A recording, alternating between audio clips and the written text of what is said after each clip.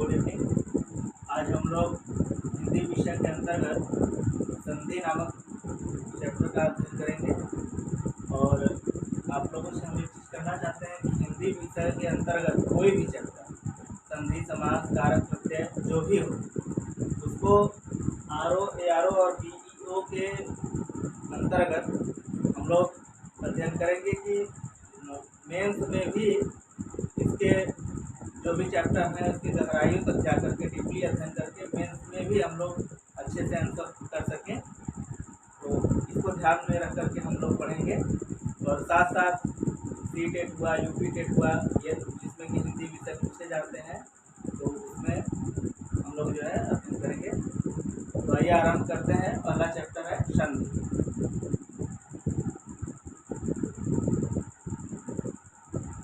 संधि क्या होता है? आप लोग जैसा कि जानते हैं कि संधि माने योग होता है, जोड़ होता है, मिलन होता है। तो दो किसका जोड़ होता है, किसका योग होता है? दो वर्णों का मेल होता है।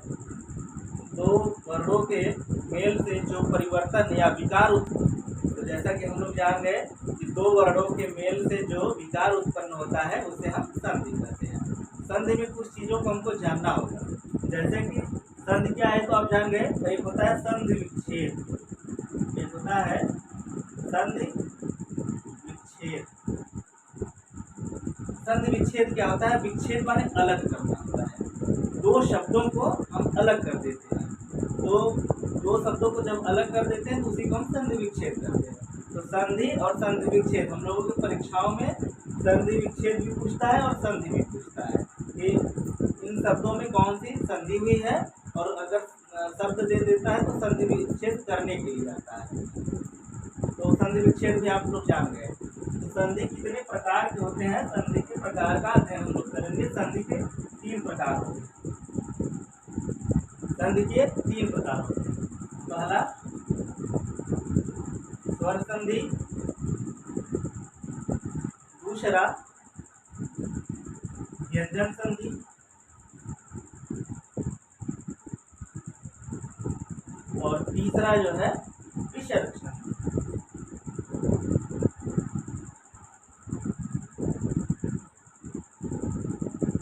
संधि के 3 प्रकार, स्वर संधि, व्यंजन संधि और विसर्ग संधि। तो हम लोग सबसे पहले आज स्वर संधि के बारे में अध्ययन करेंगे। स्वर संधि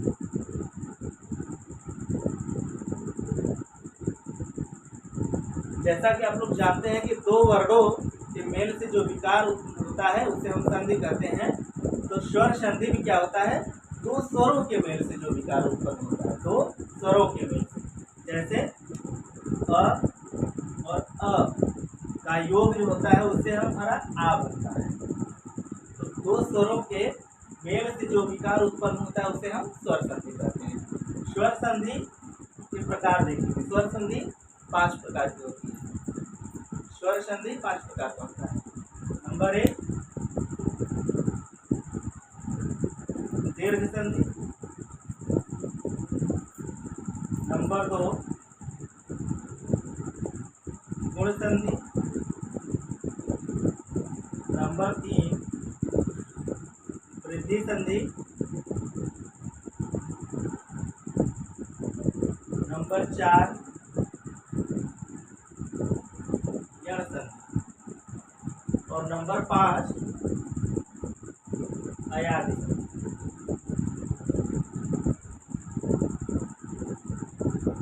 ये हमारे स्वर संधि के प्रकार हैं। दीर्घ संधि, गुण संधि, वृद्धि संधि, यण संधि और अयादि संधि। ये पांचों प्रकार संधि आप लोग अगर नोट करना चाहते हैं तो अपने नोट्स पे नोट कर सकते हैं कि स्वर संधि के 5 प्रकार होते हैं। आजकल एक नया टर्म जो है परीक्षाओं का पैटर्न बन गया है कि अधीनस्थ खास करके जो बोर्ड है वो हिंदी में ज़्यादातर प्रकारों से क्वेश्चन उठा रहा है कि स्वर संधि कितने प्रकार के हैं, संज्ञा कितनी प्रकार की है, विशेषण कितने प्रकार के हैं। तो प्रकार को भी हमको याद रखना होगा, ये बहुत ही इम्पोर्टेंट चीज़ है। स्वर संधि में जो हमारा पहला प्रकार है दीर्घ संधि, तो हम दीर्घ संधि का अध्ययन करेंगे।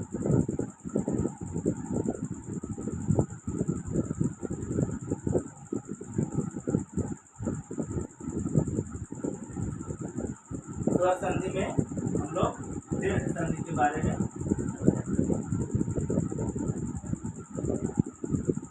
देखिए। दीर्घ संधि में तो पहले हम जानेंगे कि दीर्घ स्वर कौन होता है और ह्रस्व स्वर कौन सा होता है। देखिए ह्रस्व स्वर, जो हमारा ह्रस्व स्वर होता है वह अ, ई और उ, ये ह्रस्व स्वर होते हैं। और दीर्घ स्वर कौन से होते हैं? आ, बड़ी ई, बड़ा उ, ए, ऐ, ओ और औ, ये सभी हमारे दीर्घ स्वर होते हैं। तो दीर्घ संधि में हम लोग आ, बड़ी ई, बड़ा उ, ये तीन ही का यूज होता है। दीर्घ संधि में ये तीन ही का यूज होता है, बड़ा आ, बड़ी ई और बड़ा उ। इसके बाद जो बचा ए और ओ, ए और ओ जो होता है वह गुण संधि में प्रयोग करते हैं। ए और अ का जो प्रयोग होता है वह वृद्धि संधि के अंतर्गत।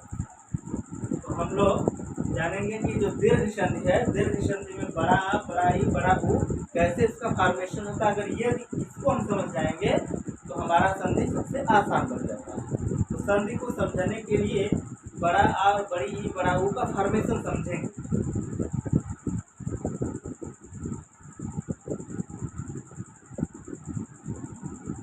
देखिए बड़ा आ कैसे बनता है। यदि अ और अ दो वर्ण है, दो स्वर वर्ण है, अ और अ, दोनों का जब योग होता है तो हमारा बड़ा आ होता है। और बड़ा आ ये दीर्घ स्वर है। और यदि अ और आ का भी योग हो जाए तो भी आ ही बनता है। यदि आ को हम इधर लेते हैं, आ को हम इधर लेते हैं और अ को इधर लेते हैं तो भी हमारा आ ही बनेगा। और यदि दीर्घ आ ही हो और आ भी जोड़ा जाए तो भी आ ही बनेगा। ये चीज हम लोगों को याद रखना होगा। अ में अ जोड़ने पे आ बनता है और आ में अ जोड़ने पे तो भी आ ही बनता है। इस तरह हम लोग इसको याद कर लेंगे, ये बहुत जरूरी है। इसको अगर समझ गए तो आप संधि को समझ जाएंगे। इसी प्रकार यदि ई में ई जोड़ा जाता है तो बड़ी ई बनता है, और छोटी ई में बड़ी ई जोड़ते हैं तो भी बड़ी ई बनता है। ठीक, और बड़ी ई में बड़ी ई जोड़ते हैं तो भी बड़ी ई ही बनता है। इसी प्रकार ऊ में ऊ जोड़ते हैं तो बड़ा ऊ बनता है, और बड़ा ऊ में छोटा ऊ जोड़ते हैं तो भी बड़ा ऊ ही बनता है। ठीक, तो अब हम लोग फॉर्मेशन समझ गए हैं। अब इसके बाद हम लोग जो है उदाहरण के साथ दीर्घ संधि पढ़ेंगे।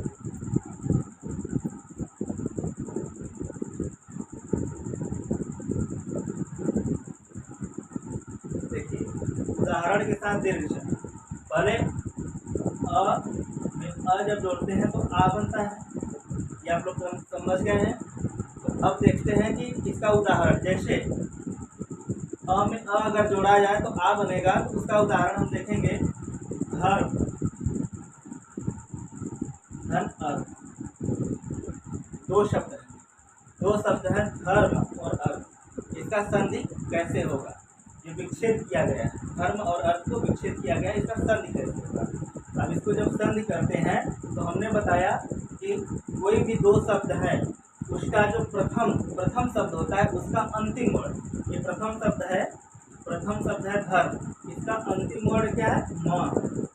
और जो द्वितीय शब्द है, दूसरा शब्द है, उसका आदि वर्ण माने पहला वर्ण क्या है? अ है।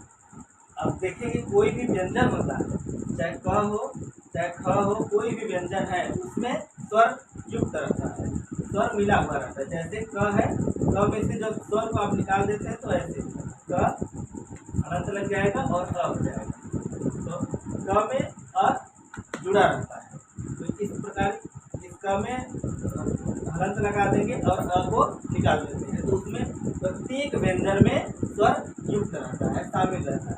तो यहाँ पे म है तो म में अ भी रहता है, म में अ रहता है, इसमें अ और इसमें अ दोनों जब जुड़ जाता है, ये दोनों अ जब जुड़ता है तो आ बन जाता है, जैसा कि आप लोग जानते हैं। अब धर्म का अ और इसका अ, ठीक ना, दोनों का अ मिलकर के आ बनता है। तो हम लोग देखेंगे कि जब धर्म में का अ और अर्थ का अ आ बनता है तो यहाँ पे हम आ लिख देंगे, इस पे हम क्या लिख देंगे, आ लिख देंगे। हमारा क्या बन जाएगा, धर्मार्थ। हमारा क्या बन जाएगा, धर्मार्थ, क्योंकि अ मिलकर के आ बन गया तो यहाँ पे जो है दीर्घ कर देते हैं, धर्मार्थ हो गया। ठीक, दूसरा उदाहरण देखते हैं। दूसरा उदाहरण देखेंगे, स्व धन अर्थी। अब आप लोग प्रयास करेंगे बनाने का।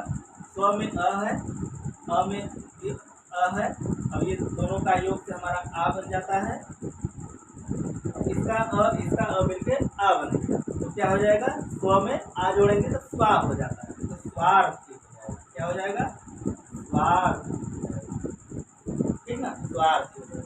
अब हम लोग अ से अ बना जो आ होता है ये समझ, फिर इसके बाद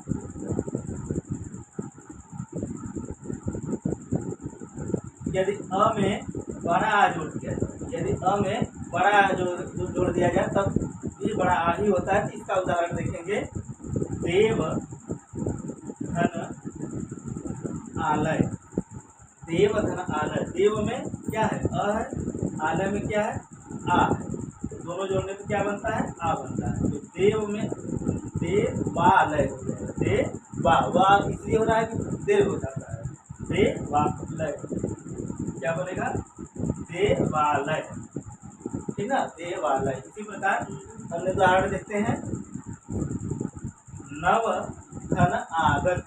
नव धन आगत, नव धन आगत, नव में क्या है, अ है, आगत में क्या है, आ है, दोनों जब मिल जाएंगे तो क्या बन जाएगा, आ बन जाता है। तो नव में आ जब जोड़ेंगे तो क्या हो जाएगा, नवागत हो जाएगा, नवागत, नवागत। ओके, अन्य उदाहरण देखते हैं।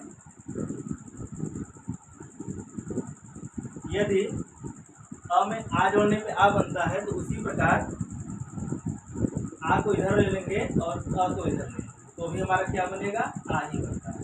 तो इस तरह से एक उदाहरण देखेंगे, परीक्षा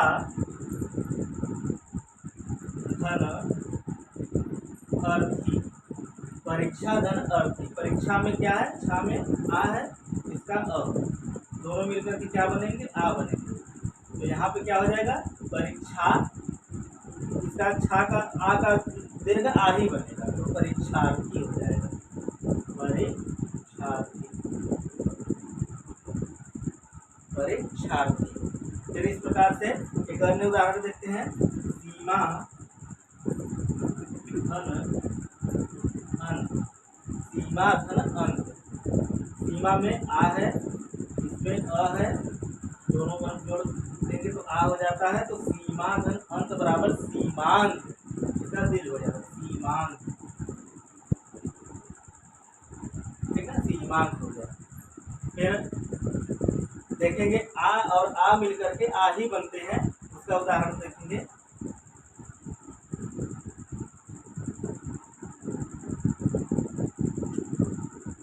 आ में आ जब जोड़ते हैं तो आ ही बनता है, तो इसका उदाहरण देखेंगे। आ में आ जब जोड़ देते हैं तो आ ही बनता है, तो इसका एक उदाहरण देखेंगे कि जैसे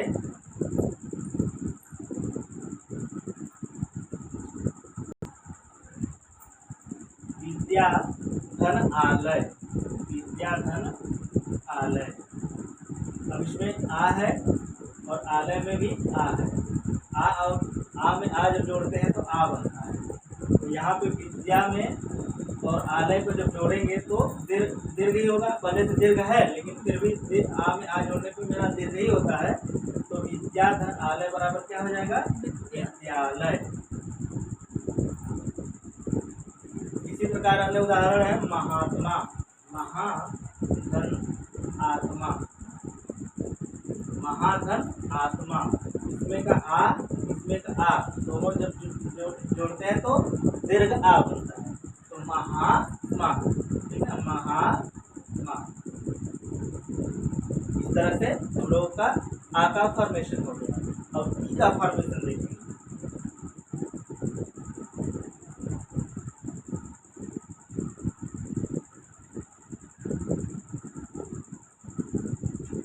देखिए जब छोटी ई में छोटी ई जोड़ते हैं तो बड़ी हो जाता है, छोटी ई में छोटी ई जोड़ते हैं तो बड़ी हो जाता है।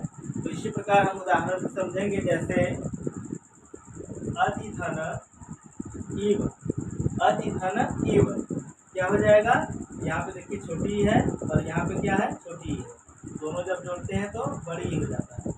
अति का ई और इव का ई मिल करके बड़ी ई बन जाएगा। तो तब बड़ी का मात्रा चढ़ जाएगा, तब क्या हो जाएगा, बड़ी, अतीव हो जाएगा। जैसे एक अन्य उदाहरण के माध्यम से और समझ लेते हैं। कवि धन इंद्र, कवि धन इंद्र, कवि में छोटी ई है, ई में छोटी ई, दोनों मिलकर के क्या होंगे, बड़ी ई बनेंगे। दीर्घ करना है ना, बड़ी ई हो जाएगा। इस प्रकार हो जाएगा कविंद्र, क्या हो जाएगा, कविंद्र हो जाएगा। और अब इस प्रकार से छोटी में यदि बड़ी ही जोड़ना हो तो भी बड़ी ही बनता है। इसका उदाहरण देख लेंगे, इसको मिटा देते हैं।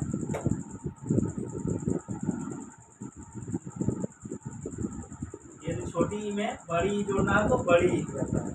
इसका उदाहरण देखेंगे, गिरिधन ईश,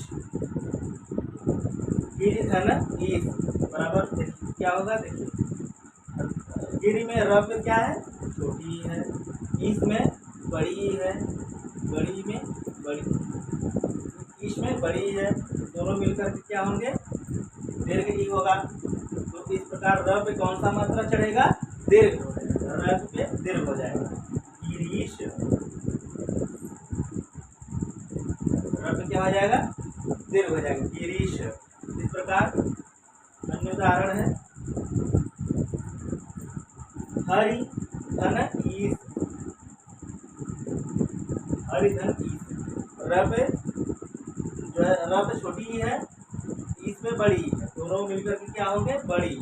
तो र पे बड़ी हो जाएगा तो बराबर हरीश, ठीक ना, हरीश।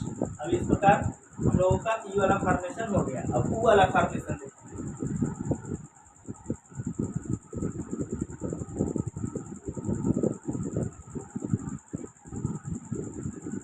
जैसा कि आप लोग जानते हैं, छोटा ऊ में छोटा ऊ मिलता है तो बड़ा ऊ दीर्घ ऊ हो जाता है। दो छोटा ऊ मिलकर के एक दीर्घ ऊ हो जाता है। तो इसका उदाहरण देखेंगे, जैसे भानु धन उदय, भानु धन उदय, यहाँ पे छोटा ऊ है, यहाँ पे छोटा ऊ है और यहाँ पे छोटा ऊ, दोनों मिलकर क्या हो जाएंगे, बड़ा ऊ हो जाता है। न पे हम लोग क्या करेंगे, न पे बड़ा ऊ कर देंगे। ये जो न पे छोटा ऊ लगा है, दोनों छोटा ऊ मिलने से बड़ा ऊ हो जाता है, दीर्घ ऊ होता है, तो इसलिए न पे बड़ा ऊ कर देंगे। क्या हो जाएगा, भानुदय, क्या हो जाएगा, भानुदय।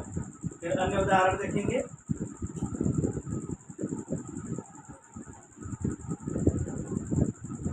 भानुदय के बाद विदुदय,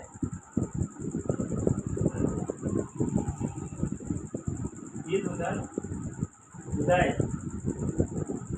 फिर क्या होगा, छोटा ऊ मिल करके बड़ा ऊ, तो यहाँ पे ध पे कौन सा मात्रा होगा, बड़ा ऊ का हो जाएगा, विदुदय, क्या हो जाएगा, विदुदय, ठीक ना। अन्य उदाहरण देखते हैं। अब जैसे छोटा ऊ में बड़ा ऊ होगा तो क्या होगा, बड़ा ऊ ही होगा। जैसे लघु धन उर्मी, लघु धन उर्मी, क्या हो जाएगा, छोटा ऊ बड़ा ऊ, दोनों मिल करके बड़ा ऊ बनेंगे। तो यहाँ पे छोटा ऊ है और यहाँ पे बड़ा ऊ है, दोनों मिलकर के क्या होंगे, बड़ा ऊ होगा। तो देखिए इसको जोड़ने का एक आसान तरीका समझिए।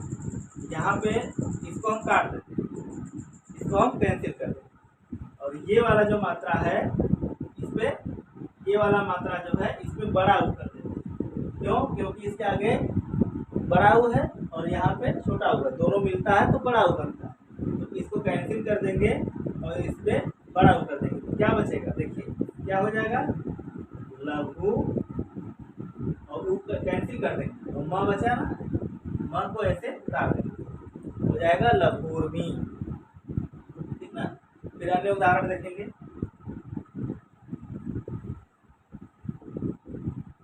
यदि बड़ा ऊ को इधर लेते हैं, बड़ा ऊ इधर आ जाए और छोटा ऊ इधर हो जाए तो क्या होगा, बड़ा ऊ ही होगा।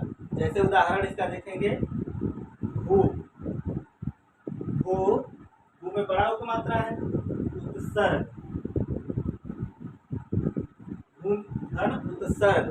अब देखिए करना क्या है, इसमें बड़ा ऊ है, इसमें क्या है, छोटा ऊ है, दोनों मिलेंगे तो क्या हो जाएगा, बड़ा ऊ हो जाएगा।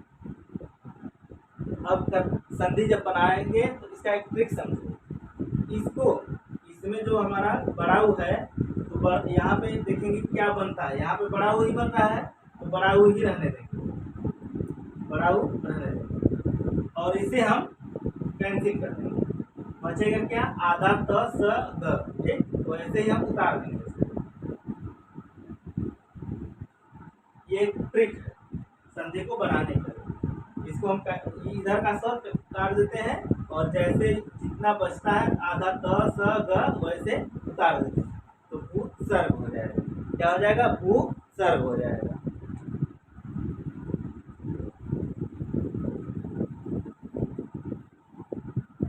अब यदि बड़ा ऊ और बड़ा ऊ ही मिले तो भी क्या बनेगा, बड़ा ऊ ही बनेगा, तो भी क्या बनेगा, बड़ा ऊ ही। खत्म हो गया है। चलिए थोड़ा समापन की तरफ ही है। बड़ा ऊ और बड़ा ऊ दोनों जब हम जोड़ते हैं तो हमारा क्या बनता है, बड़ा ऊ ही बनता है। जैसे सरयू, सरयू में उर्मी जोड़ेंगे क्या बनेगा, देखिए यहाँ पे बड़ा ऊ है, यहाँ पे बड़ा ऊ, दोनों को जोड़ते हैं तो बड़ा ऊ होगा। हम कैसे आपको ट्रिक बताए हैं, उस ट्रिक से समझिए। सरयू यहाँ पे ऐसे समझिए, इसमें क्या है, बड़ा ऊ है, इसमें क्या है, बड़ा ऊ है, दोनों जोड़ते हैं तो क्या होता है, बड़ा ऊ बनता है।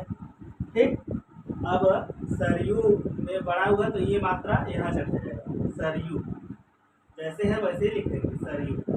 अब इसको हम कैंसिल कर देंगे, बचा क्या, छोटी की मात्रा म उगंत आता है। ठीक ना, छोटी की मात्रा सरयू, ऐसे जैसे बचा ऐसे उतार देंगे, क्या बन जाएगा, सरयूर्मी। क्या बना, सरयूर्मी। ठीक ना। एक अन्य उदाहरण भी देख लेते हैं। जैसे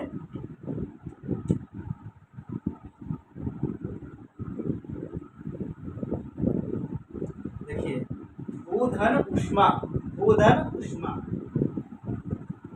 भूधन उष्मा, इसमें क्या है, बड़ा ऊ है, इसमें क्या है, बड़ा ऊ है, दोनों का योग होता है तो क्या होता है, बड़ा ऊ होता है, दोनों का योग होने से क्या होता है, बड़ा ऊ। अब इसमें वही मात्रा लगाएंगे जो जोड़ने से बनता है, तो भू में बड़ा ऊ का ही लगा ही है पहले से, भू में बड़ा ऊ जोड़ दिए, भू हो गया। और इसको पहला वाला जो स्वर है उसको काट देते, इसको कैंसिल कर देते, बचा क्या, आधा श म आ की मात्रा, आधा श म आ की मात्रा, तो ऐसे उतार लेंगे। एक ट्रिक है संधि बनाने का। तो क्या बना हमारा, ऊष्मा, ये हमारा दीर्घ संधि का बाद जो भी टाइप बनते हैं, अ का, बड़ा का, बड़ी का, बड़ा ऊ का, इस तरह से हम लोग देख लिए 3 टाइप बनता है। तीनों टाइप के दीर्घ संधि के उदाहरण संपन्न हो गए। अब कल हम लोग जो है मिलते हैं गुण संधि। नमस्कार।